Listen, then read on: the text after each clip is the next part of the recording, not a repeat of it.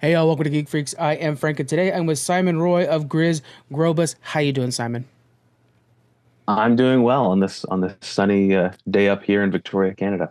Yeah, the sun is definitely out right now. We're all cooking a little bit down here, but Grizz Grobus is beautifully drawn, wonderful comic book. Uh, really quite the novel, actually. Is two grand stories intertwined together. Can you kind of tell us where this idea came from? Sure. The main. I'll do a brief summary for Yeah. the viewers and listeners. Grizz Grobus is a story set on a small village on a far off colony planet, um, and when a scribe from the big city finds the missing electronic brain for the town's old guardian robot. Um, the town decides to turn the robot back on, and culture clash ensues as this ancient priest bot comes back to life, and everybody starts to figure out why he was maybe turned off in the first place. Hmm. But simultaneously, as that story in that setting on the planet Altamira is unfolding, characters within that story are reading the planet's most popular fantasy novel called Azcon's Heart, which is about uh, a goose trapped in the body, or a war god rather, trapped in the body of a goose. Um, so a few different layers jammed together. Hmm. Um, and the story initially actually came about from, I think in like 2012, I got approached to make a comic for um, a game called Hyperlight Drifter, where they were Oh, going to great make a game. Yeah. big comic. Yeah, they're going to make a big comic um, art book because I think they just made so much money on the Kickstarter. They got very excited. And that aspect, at least as far as my involvement, fell through. But the seeds of what will become Grizz Grobus kind of came from trying to build a story for that world, which was like a much darker kind of post collapse, far future Yeah. um, video game setting. But then, yeah, as the years went on, I had this little chunk of a story that I liked the idea of, which was mainly uh, like a town has a big defunct robot, and an outsider finds the thing that activates it. And in the first draft of the story, the townsfolk are like, "Oh, wonderful! Our local robot god, let's turn him on!" And of course, it's a war machine. It destroys everybody. That's the punchline. Story over. Hmm. Um, but as I've gotten older and less interested in like the one shot, um, I don't know, dark sci-fi story, which I love reading, but it's still Yeah. it's less interesting to write now. So it kind of turned into something a bit more low stakes and human, I guess, as Yeah. opposed to a classic sci-fi one punch thing. Yeah, it matured with you. The story matured with you, and now is multiple layers and is a little bit fuller. This campaign, it first started off as a campaign on Kickstarter, and then it moved over to Image Comics. What was that like, switching over to a publisher like that? Well, it's funny because I think since COVID started, or since COVID kind of changed, since COVID changed everything. Um, things have been. I basically like I switched to doing a lot of video game work, so I didn't have I haven't had a book come out through mainstream publisher since like 2020, I think. Um, so in the meantime, I've been getting used to uh, doing more crowdfunding. So crowdfunding is good and bad because you're master of your own fate. You're you're cultivating your maybe 1,500, ideally many more, but Right. realistically between 5 and 1,500 people that are reliably will buy your book each campaign. Um, and in that like it's the margins are often better than going through the direct market, at least for me, because I'm not like Brian Michael Bendis or something like that. Right. So um, it'll probably be it'll take a little bit, I think, before I see any money from the Image Comics edition of Grizz Grobus. But um, it'll be out there in the wild, meeting a much wider range of people than just the people that I, have on my mailing list and have on my Patreon and et cetera, et cetera, et cetera. So Yeah. And with that new audience, it could also come back to your Kickstarter so that they're there for the next campaign and they can kind of work together. That's a good way to build the brand. ideally, all these things synergize, but you can never tell. You can No, never tell. there's so much luck involved in everything nowadays. Exactly. When reading through the book, definitely got the vibes of like a Miyazaki type world. Was he an inspiration for you? Definitely, definitely. Yeah, because I think so Jess Pollard, who is um, we worked closely on the story for this book, and she is like a storyboard artist in animation. Hmm. So we had a lot of. I think when we were working on this book initially, we were thinking a lot about Miyazaki, and in part one of the fun things about Miyazaki is in some of his best works, and most of his works, um, no character thinks that they're a bad guy, and everybody is motivated by things that are personally um, reasonable and rational to them. They're not motivated by just like, I want to destroy the world. It's more just, everybody is pursuing their own interest or ideology or grand vision for the world. So in this book, trying to get both that sort of motivation behind the characters and the I don't know, the approachable, cute, homey, warm Right. feel that Miyazaki puts into all of his worlds. Where there's both grand, there's giant robots, there's ancient gods, but there's also, scenes where people are cooking cute little breakfasts together and Yeah. that sort of thing. So we definitely wanted to get to harness some of that energy, I guess. Absolutely. And you feel it in the fact that a lot of his worlds feel lived in. They feel alive, realistic. Even with, some grand thing going on in the background. How do you try to capture that vibe? I think mainly in just not that's a good question. I think it's more like I generally approach making my own work like that. So um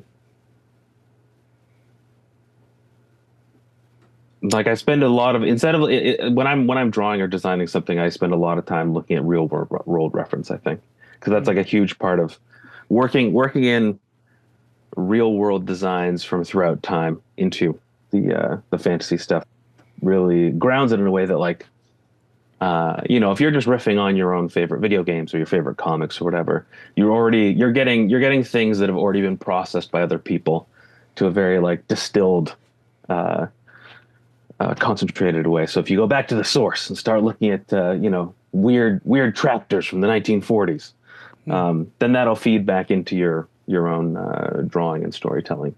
I think in a way that will ground it in ways that ideally pay off, and that the readers are more connected to it. And it's more interesting for me to draw. That priest bot does feel like an old tractor from the 40s now.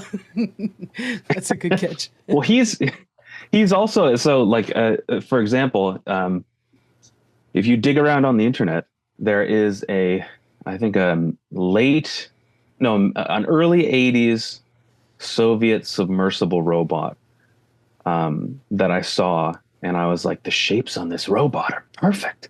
And so that Soviet submersible is like 75% of the Priestbot's design. So if you know where to look, if you can find the right reference photo of Russian submersibles, you will find Father Stanley in his prototypical form. Yeah. If you're just happen to be looking for those submersibles. If you happen to be, some people do. Yeah, you never know when you're bored. So how do you balance the humor and seriousness of this setting? Because you have people that are trying to survive and are seeking guidance from a forgotten leader in one world, and then also the other one. I mean, he literally has a god in his goose now. How do you balance the humor and all those heavy tones together? I think it comes back to thinking of the scale of it as trying to think of the characters as living people in the world, and not like I don't know, mouthpieces for your own philosophy or for your grand idea for what the story's about going to be about. So more like, yeah, what is the what motivates this character in the moment, and less like what are my goals as the storyteller? What am I trying to force people to see, and instead of like, yeah, taking the characters on their own terms a little bit. Yeah. And then, like I said before, you're telling two stories at once here. What are some of the challenges that presented to you, and what are some of the moves you made so that the switch between stories is less jarring for the reader? In this case, it could have been, I mean, we could have done it differently. A lot of this was based on the rate that it was written and drawn. Cause I wrote it, basically it got made like 10 pages or so a month, starting in 2018, I think, and finishing around 2020. But yeah, I think it was mainly like having the fantasy story running throughout the entire book, alternating between self-contained science fiction, like visits in the science fiction world that are self-contained. Yeah. I felt like that was a nice way to balance between the two, and not I don't know, not having them compete so much. So instead of it being like, I feel like whenever I've read your big long like multicast fantasy novel where each chapter, like Game of Thrones or something, like each chapter is visiting one character, and eventually you're like, okay, well I am bored of this character, but I will read through this chapter so I can get to the next one. Like there can be different sort of drawbacks to that approach. So I think this one having one long extended story, framed by little self-contained things. I guess, I mean, it evolved naturally that way. So my hope is that it reads coherently. That's really the. Yeah. I think the artwork helps too, because the artwork, there's like subtle color changes going from one to another that makes it pretty obvious. And you brought in, so you've done a lot of the artist work yourself, the lettering, of course, which is a very unique style of lettering, but you brought in a colorist. What was the reasoning behind that? I remember when I first started working with Sergei. I think it was mainly just because I colored the first chunk as a standalone mini comic back in 2018 or whatever. But I rapidly found that I was doing it sort of like a flat Tintin style of rendering, just flat colors, and I was having a lot of difficulty transitioning from that first story into the next parts of the story. And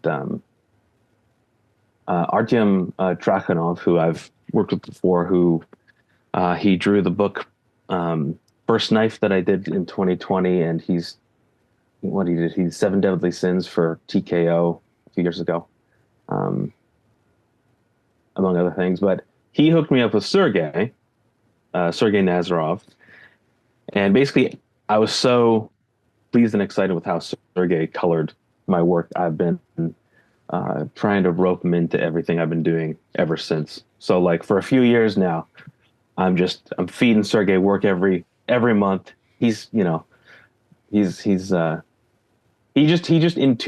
very good intuitive grasp on color and lighting, and especially lighting and color for storytelling in a way that I love, and a way that obviously comes more naturally to him than it does to me. So, I mean, in an ideal world, your collaborative team involves people that are doing the aspect that they're doing much better than you can. So everybody, comes together to make an even better thing. Absolutely. Yeah, he does a great job with lighting. I noticed it with the like smoke, grasslands, snow. You can really feel where the source is from, and it almost feels warm and inviting, even when you're kind of worried about this, father bot that's kind of creeping you out now. So, yeah, it was beautifully done, and of course the artwork to go with it is wonderfully done.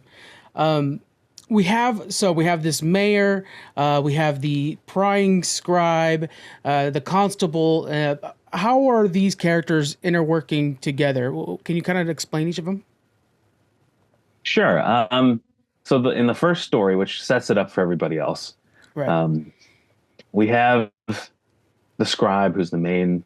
She's one of the main characters that carries throughout the whole book, Hmm. um, and she's basically a excitement-seeking, glory hound academic, and she wants to make a big discovery and go back to the university and gain all the respect and power. And she doesn't necessarily care who may or may not get hurt along the way. Hmm. Um, and so she blunders into this town, which has uh, the mayor, who's yeah, he's not as well defined as a character, but he's like he's trying to do a good job. And then the constable, who is trying to keep law and order, but is a little thin-skinned and oversensitive. But really, just deep down, he just wants to have a good time too. Yeah. As we find out throughout the story, because later on, the story picks back up when the constable is in a different town visiting his parents during the summer, and he stumbles into the scribe in the middle of another slightly destructive adventure, a treasure hunt looking for the severed head of a famous statue from the capital city. Um, yeah, so there, and it's all like one thing that this book is inspired by too is like 1960s Soviet comedy movies, which Hmm. do not get a lot of play in the West for a variety of reasons, but which are funnier and more wholesome sometimes than one might expect for a communist superpower not renowned for its comedy.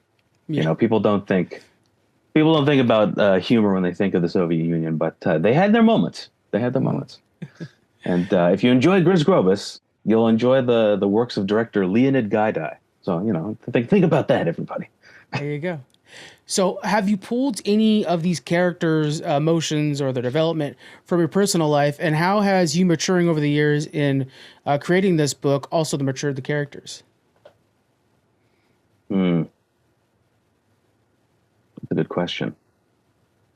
Uh, I think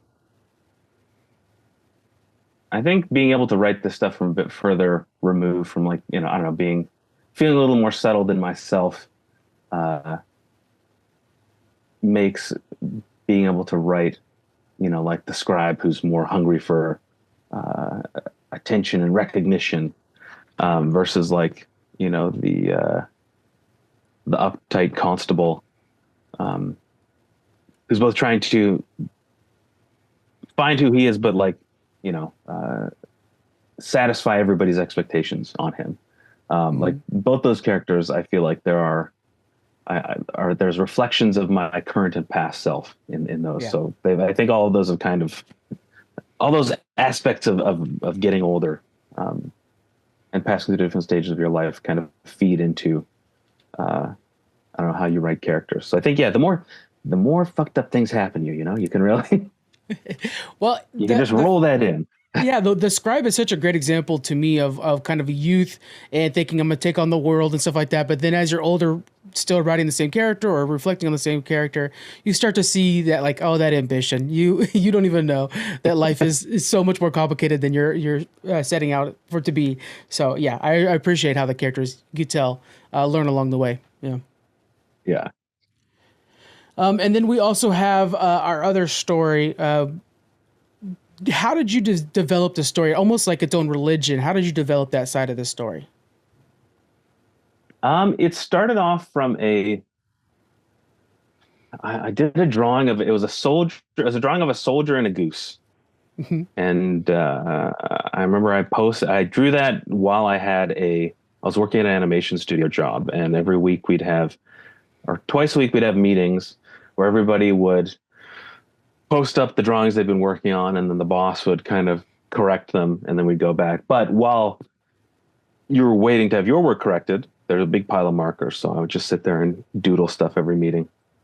And the characters for Brave Bird kind of came out of that.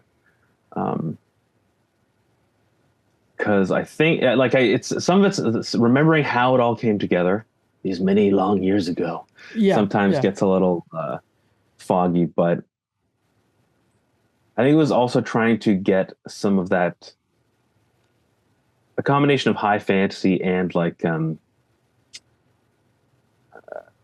the time, me, Jess Pollard, and my friend Oliver Hine had all been watching these, and actually earlier too, some of my friends, we'd been watching these 80s Hong Kong horror comedy movies, like Mr. Vampire, stuff that have if you've ever seen the Chinese style jumping vampire, where it's like, it's a corpse who goes, sticks his arm straight like this and hops up and down. A lot of these movies have this beautiful internal logic to them where the characters they won't stop and explain the magic they're doing. They'll just be like, okay, quick, get me a bowl full of dog blood, give me 15 duck eggs, and then we're going to go fight this ghost. And you're like, okay. And then they proceed to use those tools to do all this stuff. Like literally there's a scene in one, I think it's in Mr. Vampire, where, or it could be an Encounter of the Spooky Kind. Either one. There's a scene where like one of the characters is preparing for spending a night in a mausoleum, where he's going to have to fight basically like a vampire. And as preparation, he gets sent out to buy all these magical things, and he buys a living little black puppy. It has to be a black puppy. Takes it to the butcher, and then they transition to him leaving the butcher shop with a giant bowl of blood with the 4 puppy legs sticking out. It's going to be key for fighting this ghost, you know. That's a tough transition. So there's a lot of, and in those movies too, they kill slightly more chickens and snakes and stuff on screen than you might want to see in a regular movie. But aside from that, very fun, very weird. But I think for Ascon's Heart, there's a certain amount of implied but unexplained magic and religion that I wanted to play with. So like there's some sort of internal logic to everything that's happening there, but as in the same way as I felt watching these Hong Kong movies, I wanted the viewer to kind of go like, what's, you know, they can see that there's an internal magical logic, but you don't get like a breakdown of how it works. Yeah. You just have to accept that, you know, when you're summoning a war god and you're a little bit hungry, you might accidentally send the war god into the wrong body, you know?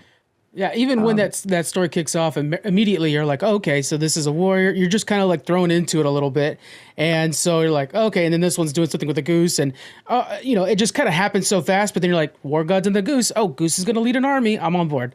You know, it does kind of pace quickly, and it makes it fun. Yeah, that's good. Yeah, when I'm like a big fan of with all these stories, it's maybe hokey to say, but like I love.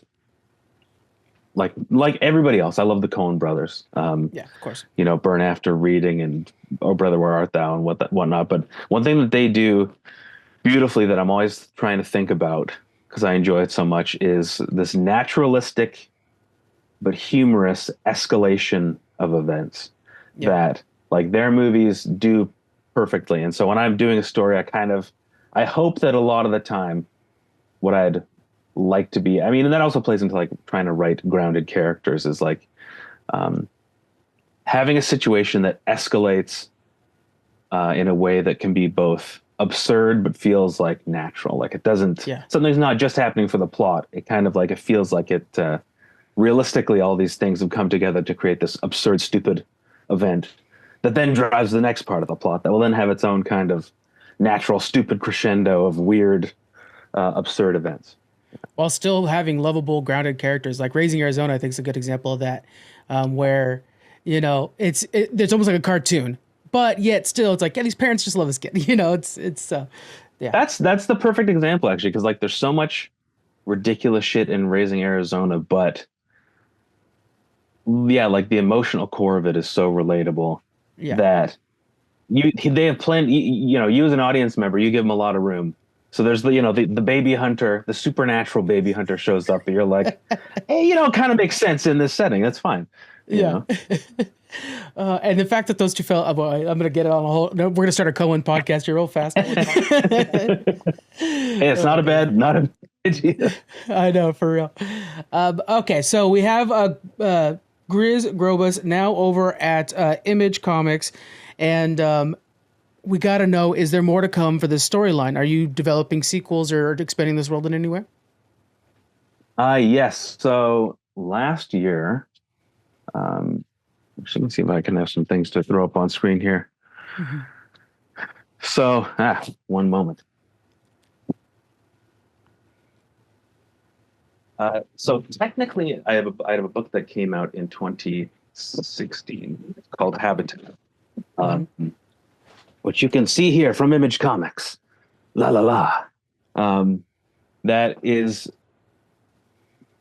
it's technically in the same universe as Grizz Grobus. So, with the idea that there was some sort of big, almost like Star Trek style galactic empire that has since collapsed, and Grizz Grobus and Habitat are both stories that take place in like little quiet corners of this collapsed empire. So on Habitat, it was a space station that got cut off from civilization and turned into a cannibal barbarian dystopia. Very different vibe. And then Grizz Grobus is much cuter and funner. But one book that I did with I crowdfunded last year with my friend Stefan Toshev drawing is called Miramar.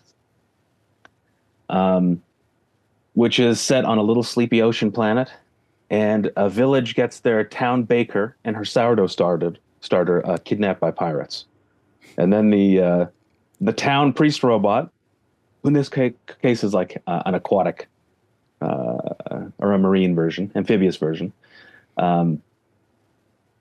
His reactor broke down a while ago, and so he's been running off of a big alcohol generator. So all the townsfolk are beginning to hate him because it costs all the hard liquor they can produce on the island to keep this robot running. So he's like, guys, I have a plan. I'll lead the thing to save our baker, and I'll stay behind too. So kind of a cute adventure based around bread and liquor and all that. And then also in May, I finished crowdfunding, or I started crowdfunding for a direct sequel to Grizz Grobus, starring the Scribe.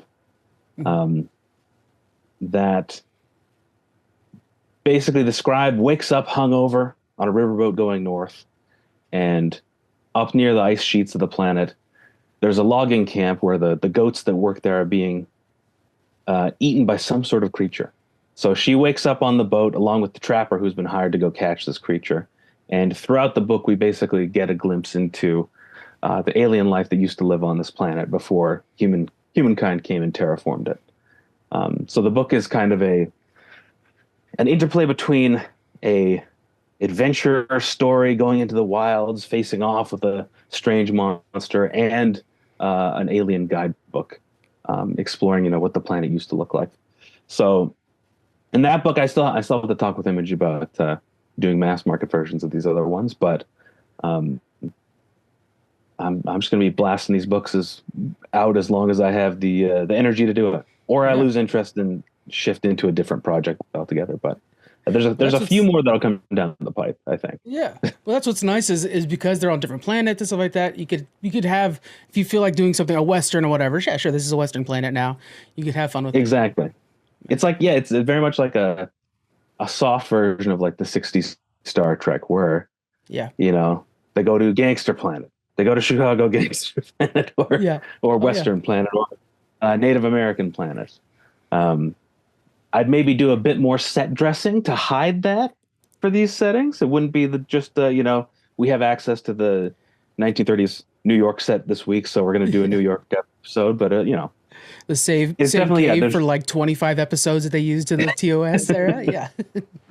I love that. Love that shit. Because that's actually, I would say that's the overall idea that I want to do with these stories is basically make a bunch of one-off books that you could enjoy in isolation, but also if you read them all, you'll see little bits connecting all. You'll enjoy it. You'll have a broader enjoyment of them. But books that you could kind of, in the same way that a Star Trek episode, you can turn any one on and just enjoy it. I kind of want to do the same thing with these books. So each one will just be a nice self-contained thing. Yeah. Yeah, it's kind of like you're setting up the rules. If you're talking Star Trek, like, Federation's here, Klingons are aggressive, Vulcans are logic, and then everything just plays in that world. So yeah, that's perfect. Yeah. Star Trek, well, it's always a good reference for this kind of thing. Oh, yeah. We got Coen Brothers in Star Trek. I'm not hating that. Oh, I know. All right, so we're going to make sure everybody starts heading in the right direction. We got links in the description for the Image comic site, your website, and social medias. Where can people follow you? What's like the best place to follow you? I post on Instagram at let me check what it is. But I'm on Instagram and Twitter. I'm one of the top Simon Roys out there. So if you search Simon Roy on either platform, I'm one of the I'll be the one of the top ones, if not the top one there. I also, if you want to read a lot of these comics, I serialize before every Kickstarter campaign. I serialize like 90% of the story on Webtoons, so you can read almost all of the comics on Webtoons after they come out. Usually I keep the last chapter off just to try and really force people at gunpoint to go buy the book, but it's there's a few different places to find me, and I try and put comics on all those places. So okay, we'll make sure to have as many links as possible. Webtoons in general, guys, should be bookmarked on your browser anyways. So yeah, we'll make sure that everybody can find these as well. Simon, thank you so much for joining me today. I appreciate it. And thank you. Yeah, all right, guys. So again, links in the description. Follow up on that, and we'll see you guys next week. Bye.